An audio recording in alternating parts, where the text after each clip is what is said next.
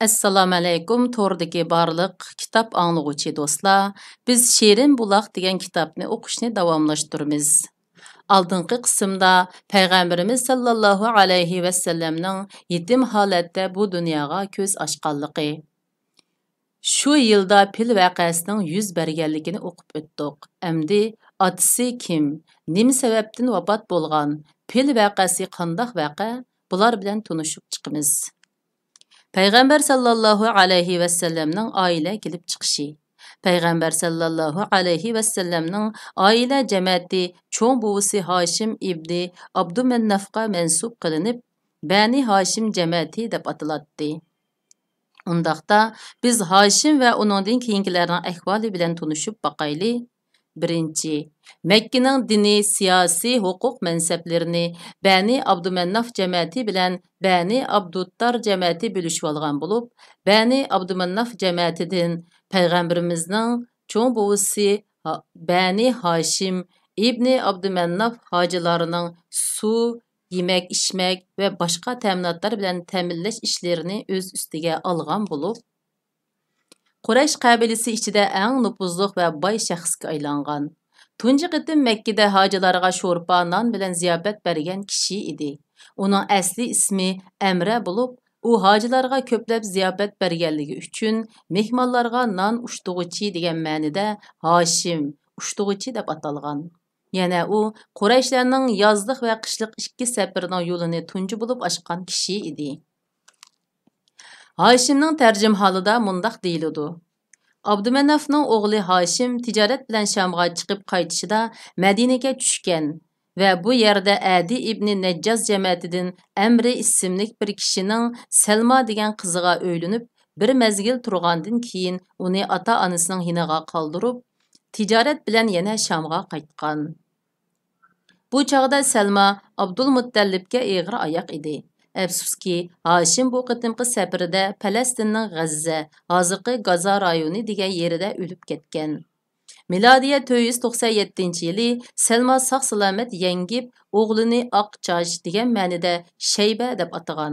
Chunki u tug'ilgan vaqtida beshida ancha-muncha oq chosh bor edi. Shayba buvisi Amrining tarbiyasida Yasrib, Madinaning qadimki nomi. Yasribda cho'ng bo'ldi. Hoshimning Mekkada Asad, Abu Sayfi, Nazla qatorliq o'g'illaridan boshqa Shifa, Xolida, Zaifa, Ruqiya va Janna qatorliq qizlari bor bo'lsa-mu, ular otasining Yasribda yana bir o'g'li Shaybaning borligini bilmaydi. Ikkinchi, Abdulmuttallib Shayba. Biz yuqorida siqoyat, hojilarni sug'urish va rifodat, hojilarni oziq bilan ta'minlashga yetakchilik qilish huquqi Hoshim o'lib ketgandan keyin uning qarindoshi Muttallib ibn Abdumannafqa qolganligini va Muttallibning qarindoshi Hoshimga o'xshashla qavm jamoat ichida yuqori martabaga ega nufuzli shaxsga aylanganligini, Qurayshlar uni keng qo'l bo'lganligi uchun Feyyaz, Kalkun deb atib olishganligini aytib o'tgan edik. Shayba cho'ng bo'lib balog'atga yetish oldida turganda, Muttallib qarindoshi Hoshimning Yasrib, Madinada Shayba ismli bir o'g'lining borligini anglab, didor ko'rishmak uchun Madinaga keldi. Muttallib qarindoshining bu o'g'lini ko'rib, o'zini tutib ololmay yig'lab tashladi va uni quchoqlab bag'riga bosdi.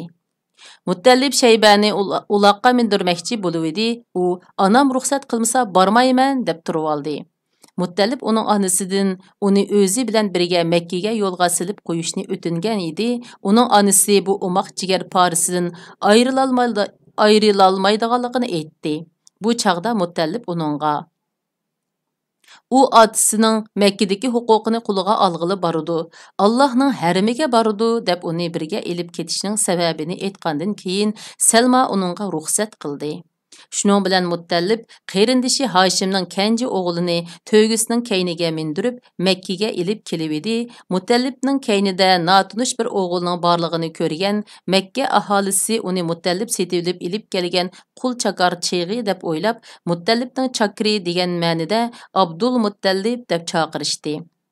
Muttallib, "Ey Yuhannas, bu degan qarindoshim Hoshimning o'g'li, buvam Abdumannafning pushti, uning ismi Shayba" deb tunishtirgan bo'lsa-mu, bu nom osonlikcha o'zgarmadi. Shuningdan e'tiboran Shayba tog'isi Muttallibning tarbiyasida cho'ng bo'ldi. Bir mahaldan keyin Muttallib Yamanning Radman degan yerida tuyuqsiz vafot bo'lib ketdi. Bu chaqda Qurayshlar orasida Abdul Muttallib nomi bilan tunilgan Shayba tog'isi Muttallibning barliq imtiyozlariga varislik qildi va qavm jamoat ichida ajdodlari joriy qildirgan barliq yaxshi amallarni texmi yaxshi baja aylab ajdodlari yetolmagan inovat va obro'yga erishdi. U Makka tavasida nufuzli muhim shaxsga aylandi. Muttallib o'lib ketgandan keyin uning yana bir qarindoshi Nawfal ibn Abdumanaf Abdul Muttallibga tegishli bo'lgan barliq imtiyozlarni o'z changiliga kirgizib olmoqchi bo'ldi. Bu chaqda Abdul Muttallib qarindosh qabilalar ichidagi nufuzli kishilardan yordam so'ragan edi. Ular biz tog'ang bilan sizning oranglardagi ishlarga aralasha olmaymiz deb javob berdi. Shuning bilan u Bani Najjas jamoatidagi tog'larga maktub yozib, she'r orqali ularning hissdashligini qo'zg'ab yordam so'radi. Bunun bilan uning ana taraf tog'isi Abu Sa'ad ibn Adi Madinadan 80 otliqni boshlab kelib, Makkaning Abitah degan yeriga tushdi. Abdul Muttallib tog'isining oldiga chiqib, avval uyga tog'a degan bo'lsa-mu u, yo'q, Alloh bilan qasamki, men Nawfal bilan uchrashmoqcha otdan tushmayman dedi. Ondan Udul Kabining oldiga kelib, Nawfalning qishida to'xtadi. Bu chaqda Nawfal Baytullahning yonida Quraysh pishvolari bilan bexaraman o'tiratdi. Abu Sa'ad otdan tushmay turib qilichini pulanglatib. Baytullahning Parvardigori bilan qasamki, mubodo sen hamshiramning o'g'liga uning barliq huquq imtiyozlarini qaytarib bermaydigan bo'lsang, ashu tiningni qo'limdagi qilichimga g'ilab qilib etaman dedi. Bu chaqda Nawfal darhol qaytarib berganligini aytdi. Abu Sa'ad naq maydondagi Quraysh mo'tvarlarini guvoh qilib qo'yib, ondan Abdul Muttallibning manziliga tushdi. U yerda 3 kun turib umra qilgandan keyin Madinaga qaytdi. Bu bir qator ishlardan keyin Nawfal jamoati bilan Bani Abdushamis ibn Abdumannaf jamoati birlikda Bani Hashim jamoatiga qarshi ittifoq tuzishdi. Xuza'a qabilasi Bani Najjas qabilasining Abdul Muttallibga yordam berganligini anglab, Abdul Muttallib sizlarning pushtinglar bo'lgandek bizning mu pushtimiz. Uningga yordam berishga biz texmi haqliq deyishib, ularning mundaq deyishi Abdumanafning onisi Xuza'a qabilasidan edi. Davrun Navadat Quraysh kengash yurtiga kelib, Bani Hashim jamoati bilan Bani Abdushamis va Bani Nawfal jamoatlariga qarshi ittifoq tuzishdi. Mana bu ittifoq keyin tilga ilinganidek Makka ishg'oliyatining sababi bo'lib qoldi. Abdul Muttallibga Baytullahga munosabatlik mundaq ikki ish udul kelib qoldi. Biri Zamzam quduqining qazilishi, yana biri Pil voqeasining yuz berishi. Birinchi, Zamzam quduqining qazilishi. Abdul Muttallib Zamzam quduqining o'rni ko'rsatilib va uni qazishga amr qilinib tush ko'rdi. Shuning bilan u darhol otlanib quduqni qazishga kirishdi.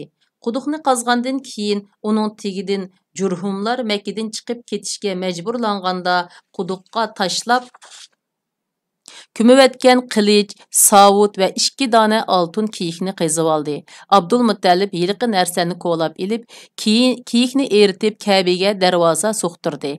Qilichni yiliqi darvozaga giralashmay shaklda qiqib qo'ydi va Zamzam suyi bilan hojilarga ussuzlik berishni boshladi. Zamzam quduqi bilan suv ta'minlash rasmi boshlanib edi.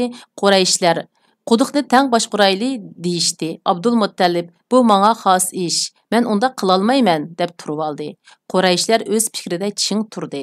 Oxiri davolashib uni Bani Sa'ad qabilasidagi bir kohinning qishiga elib chiqishdi. Ular texi qaytmay turib, Alloh taolo ularga yo'l ustida bir mo'jiza ko'rsatib, Abdul Muttallibning Zamzamni yolg'iz boshqurishga haqli ekanligini isbotladi. Mana shu chaqda Abdul Muttallib Allah manga 10 o'g'il farzand ato qilib, ular manga yulanchik bo'lg'idek bo'lsa, ularning birini Kabe'ning oldida cho'qim qurbonlik qilaman deb va'da berdi. Ikkinchi, Pil voqeasi. Uning jarayoni mundaq. Habashiston podshohi Najoshining Yamanda turishliq valisi Abraha Tussabba arablarning Makkada hajga berayotganligini ko'rib, San'aga cho'ng bir cherkov soldirdi va arab hojilarini mushu cherkovni tavob qilishga yuzlandirmoqchi bo'ldi. Buni arablarning Kanana qabilasidan bir kishi anglab, kechida berib cherkovga kirib cho'ng tarat qilib, peshobni cherkovning mehroblariga suvab qo'yib qechib ketdi. Abraha buni anglab qattiq darg'azab bo'ldi va zo'r qo'shin 60 ming kishilik qo'shin bilan Ka'bani yiqitib tashlashga atlandi. Abraha qo'shindagi 9 yoki 13 pildan eng cho'ng bir pilga o'zi mindi va tez sur'at bilan ilgirlab, oxiri Makkaning sirtidagi Mug'ammas degan joyga kelib tushdi. Bu yerda u qo'shinni qayta ratga silib, pillarni oldingi safga tizdi. Pil hozirgi zamon urushidagi tanka, bronevik va bombardmanchi qismning rolini o'ynaydi. Va Makkaga bostirib kirishga tayyorlandi. Dushman qo'shini Muzdalifa bilan Mina teg'i orlig'idagi Vodil Muhassarga kelganda, Abraha o'tirgan cho'ng pil yetib oldi. Ular uni qo'parsa, Ka'ba tarafga qarab bir qadamni olmaydi. Janub, shimol va yoki sharq tarafga qarasa, o'rnidan dast turib yuguraydi. Ka'ba tarafga qarasa yana yetib oladi. Abraha qo'shini pillar bilan hablashib turayotgan paytda Alloh taolo ularning ustiga to'p-to'p qushlarni avatdi. Qushlar ularga sapal uvoqlarini tashlab, ularni go'yo choynavitilgan samondek qilib. Bu qushlar xuddi qarlag'ash va sunduqlarga o'xshaydi. Har bir qush tumshug'ida bir tal, ikki putida bir taldan purchoq cho'nlig'idagi ikki tal sapal uvuqini ilib kelib, ularning boshlariga tashlashga boshladi. Sapal uvug'i tekkalla kishining butun a'zolari laxta-laxta ajrab tushib halok bo'ladi. Ularning hammasi biroqla tugashgan bo'lmasdan, balki ular qattiq patparaqchilikda qechib yurib, har qaysi yo'l eg'izlari va suv bo'ylarida to'pa tishlashgan deyiladi. Ammo Abrahaga Alloh taolo bir xil kasal silib, shu kasal bilan uning o'yga barmoqlari ajrab tushishga boshlagan. U San'aga yetib borganda hamma a'zolaridan ayrilib, amdila tuxumdan chiqqan cho'jiga o'xshash bo'lib qolgan. Oxiri u ko'krigi yerilib, yuragi sangilab o'lgan. Bu chaqda Quraysh xalqi dushman qo'shinining oyoq osti qilishidan qo'rqib, tog' cho'qqilari va jilg'a jirolarga mo'kilishgan edi. Ular Abraha qo'shinining kutilmagan talofatga yo'liqqanligini uqqandan keyin uylariga qaytishdi. Bu vaqa payg'ambar sallallohu alayhi va sallam tug'ilishdan 50 kun yoki 55 kun, ko'p sondagilarning qarashicha 55 kun ilgari Muharram 1-oyda yuz bergan bo'lib, milodiya 571-yili 2-oyning oxirlari va 3-oyning boshlariga to'g'ri keladi. Bu vaqani Alloh taoloning o'z payg'ambari va muqaddas baytining kelgusi istiqboli uchun oldin bergan bishorati deyishga bo'ladi. Alloh taolo Abdul Muttallibga 10 o'g'il farzand ato qildi. Ular Haris, Zubayr, Abu Talib, Abdullah, Hamza, Abu Lahab, G'aydoq, Miqvam, Sifar va Abbos qatorliqlardir. Ya'ni bir so'zda 11 idi deyilib, Qasam ismli birsi qo'shiladi.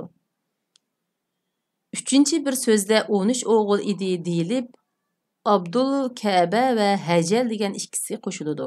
Aytishlarga qaraganda Abdul Ka'ba degani Miqvam ekan, Hajal degani G'aydoq ekan, ammo uning Qasam deb o'g'li yo'q ekan. Qizlari Ummu Hakim, u Beyza deb atiladi. Barra, Atika, Safiya, Arwa va Umaymalardir. 3. Abdullah, Peygamber sallallahu aleyhi ve sellem'nin atisi. Onun anisi Fatima Emri'nin kızı idi. Emri Aiz'nin oğlu, Aiz İmran'ның oğlu, İmran'ның atisi Mehzum Yaqza'ның oğlu, Yaqza Murra'ның oğlu idi. O Abdülmuttalib'nin balaları içinde hemmeden çıraylık, oğunluq ve iffet Numusluq cho'ng bo'lg'achqa Abdulmuttalibga bek yaqin turadi.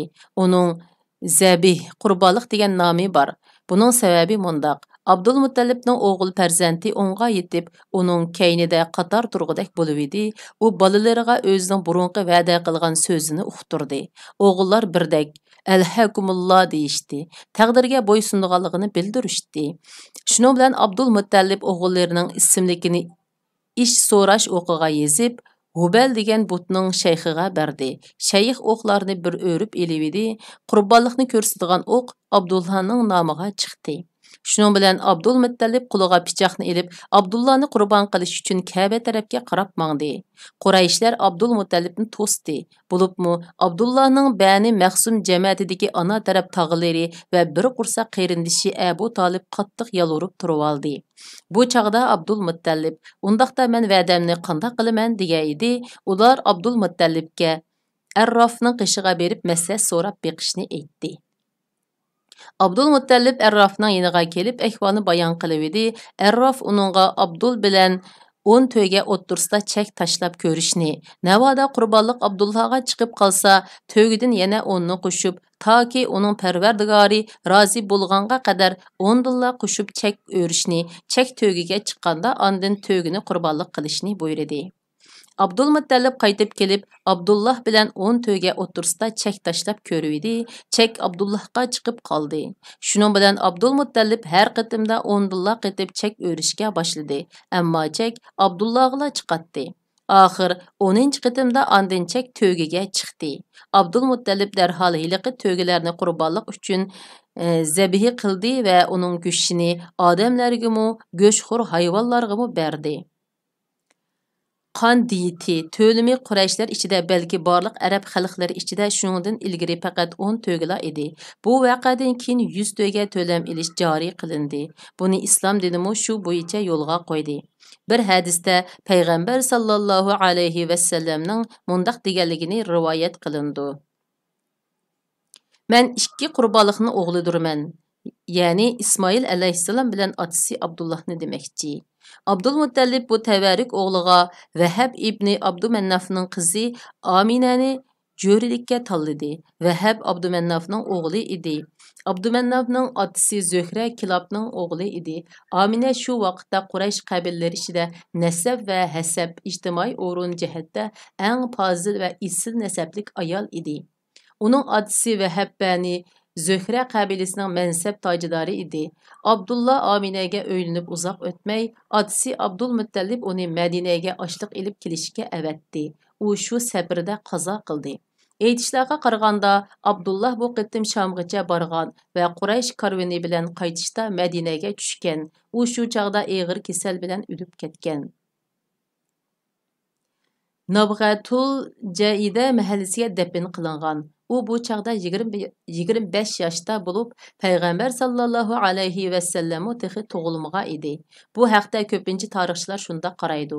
Ammo yana ba'zilarning so'zida Abdullah payg'ambar sallallohu alayhi va sallam tug'ilib 2 oydan keyin o'lib ketgan deyiladi. Har holda Abdullahning vafot bo'lganligi to'g'risida shum xabar Makkaga kelib edi. Amina tuvandagi ta'sirlik marsiyani o'qidi.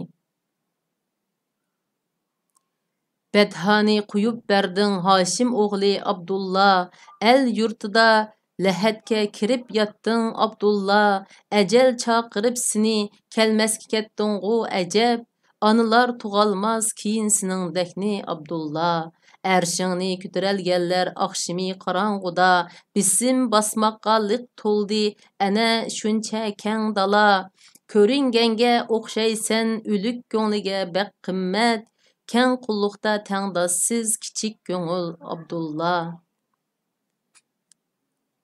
Abdullahdan qalğan mal dünyanın cimisi 5 to'yga, bir necha qo'y va Barira ismli bir Habash chaqar qiz edi. U qizning kuniyati taxallus ismi Ummu Ayman bo'lib, u payg'ambar sallallohu alayhi va sallamning kichik vaqtidagi boqquchisi bo'lgan edi. Shunda qilib Peygamberimizninki adısını tunuşturuşimiz, pil vaqasini o'qishimiz mishagichi bo'ldi. Xayr xo'sh.